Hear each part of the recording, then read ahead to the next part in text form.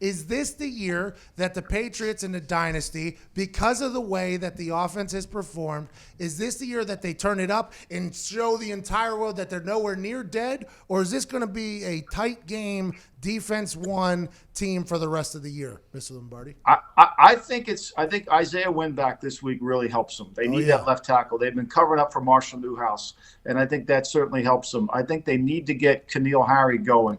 I think Mohamed Sanu won't play this week. I think his ankle's a problem. That does affect him. And they've got to get more production in the run game from their tight end. And this is unique now. We've never experienced this to watch the Patriots win with their defense. We've always watched them build a lead, hope their defense could hang on. It's a whole different mindset the way we watch them.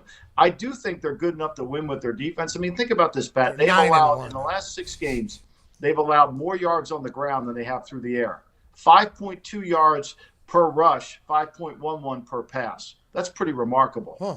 I mean, that's remarkable, right? So they have a uniqueness with this defense, and they're going to get into a game where they're not going to be able to win it with their defense, but yet, like this week, Dak Prescott, the number 1 yards per attempt passer in the league, has the most 25-yard-plus plays, throwing the ball better than anybody. How they handle this game, I think, will answer your question down the road. Yeah, because they always try to take away your biggest threat, and everybody would say going into the season, well, it's probably going to be Zeke. But the way Dak has performed, it's almost like they're going to take away I guess they're going to try to get a pass rush and let Zeke eat. What are they going to do, you think?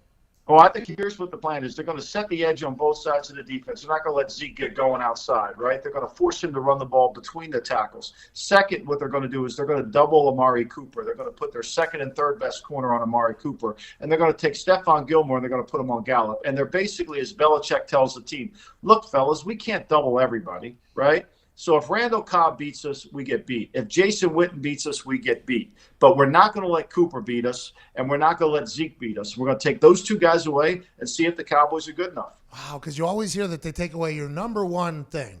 This is actually they're taking away both of your number 1 things. That's a very interesting thing, and that's why Belichick, right, has been the guy that he's been. Do you think they get the win, and is that what separates Belichick from anywhere else that you've been?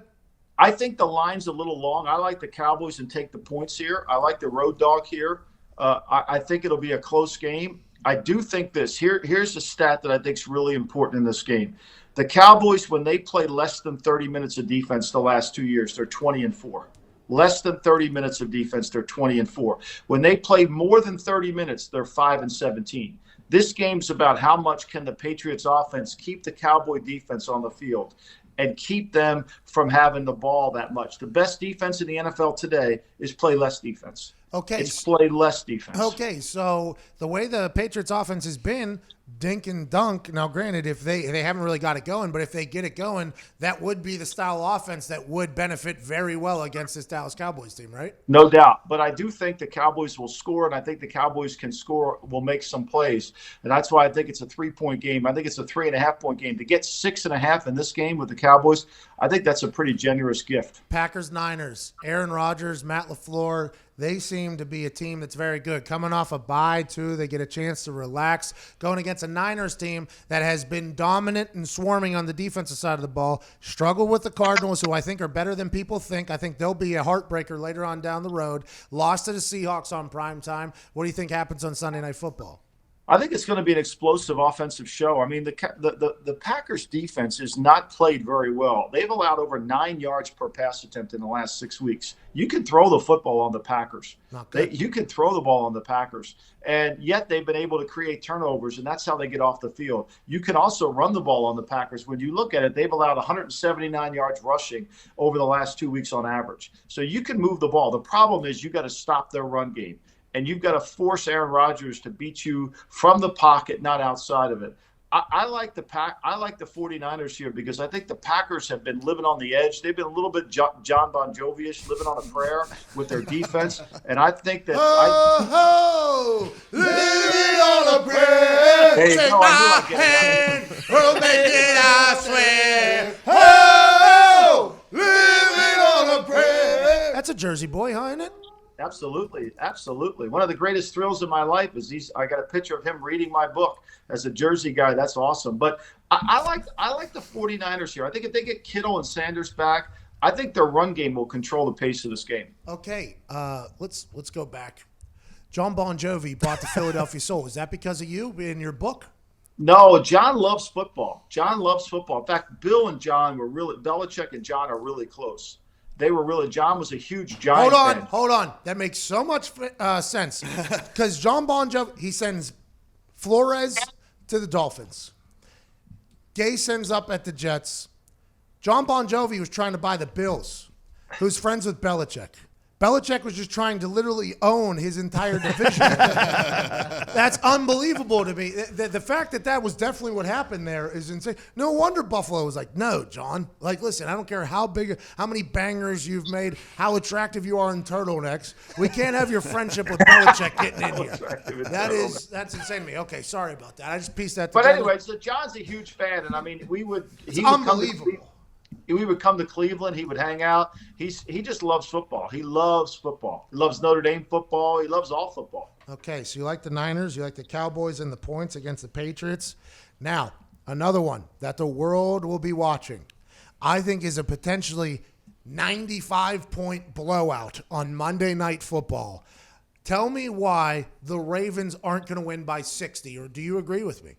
You know, I think the Ravens are really have played so well on defense that it's kind of gone unnoticed. I mean, the fact that they've gained 1,200 yards the last 6 weeks on the ground is remarkable, right? That's over 200 yards a game, right? And it's Lamar. He's been sensational. But their defense the last 6 weeks, they've only allowed 8 plays over 25 yards.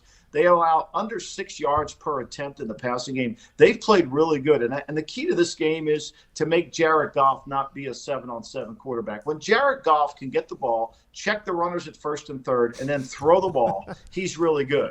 But when he has to play fast, it's a problem. And I think that's going to be the game. I think the game is going to be there, and I think the Ravens can win the game with their defensive front.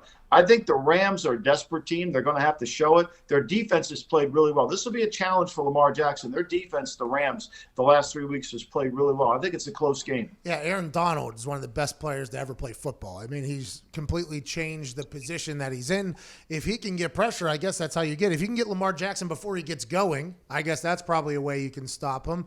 That defense for the Rams, they bring in Jalen Ramsey, things start turning around. But that Ravens defense you're talking about, this is what I am so intrigued by. Marcus Peters, whenever he was traded out of the Rams organization, every player came out and said how good of a teammate he was because they knew the perception of Marcus Peters before he got there was something in the media that it shouldn't have been. Every player was like, he was an incredible teammate. He worked very hard. We liked him a lot. He goes to the Ravens, and it feels like he has almost helped spark that entire thing over there. Not that one player can do it, especially at corner. I mean, a corner can definitely help if you can lock something down. But it feels like that defense has an entirely new vibe. Judon's making plays. He and I have tweeted each other before. He's a heck of a player. They have a real squad over there, but Marcus Peters seems like he was an energizer. No doubt. And then they get Jimmy Smith back. So now they got their 2 outside corners, and all of a sudden Marlon Humphrey gets to play in the slot. And if they take Cooper Kupp away from my man Jared Goff, that's a problem. No, I think this whole transition of what they've done defensively since the Browns came in, has been really good. They needed to get rid of Kenny. They traded Kenny Moore to the Rams. He was a big problem for them defensively. They got Josh Bynes in there to help them defensively. They've been much better. They've been able to do things defensively with their pass rush. They attacked the quarterback. Look, they were on the ropes against the Patriots, and they got that in. Edelman fumbled and they returned it. But for the most part, the last 6 weeks, they've been sensational. Yeah, the Patriots have not played that well on an offensive side of the ball. In one of their phases of the ball, they have not played that well. And they were still tight against the Ravens. The Ravens and them are going to face each other at some point again this season. Let's hope, as fans, let's hope that happens. What will Belichick do with the film from the first game and make it into the second game that'll be like, you know what, Lamar Jackson ain't Lamar Jackson against us today? I think what he had to do, I think the plan was we got to set the edge better. And I think that's where they really didn't execute. They didn't set the edge. Lamar was around to get around the corner on him, and they didn't set a hard edge. You know, when you're dealing with Lamar, you're dealing with the punt returner.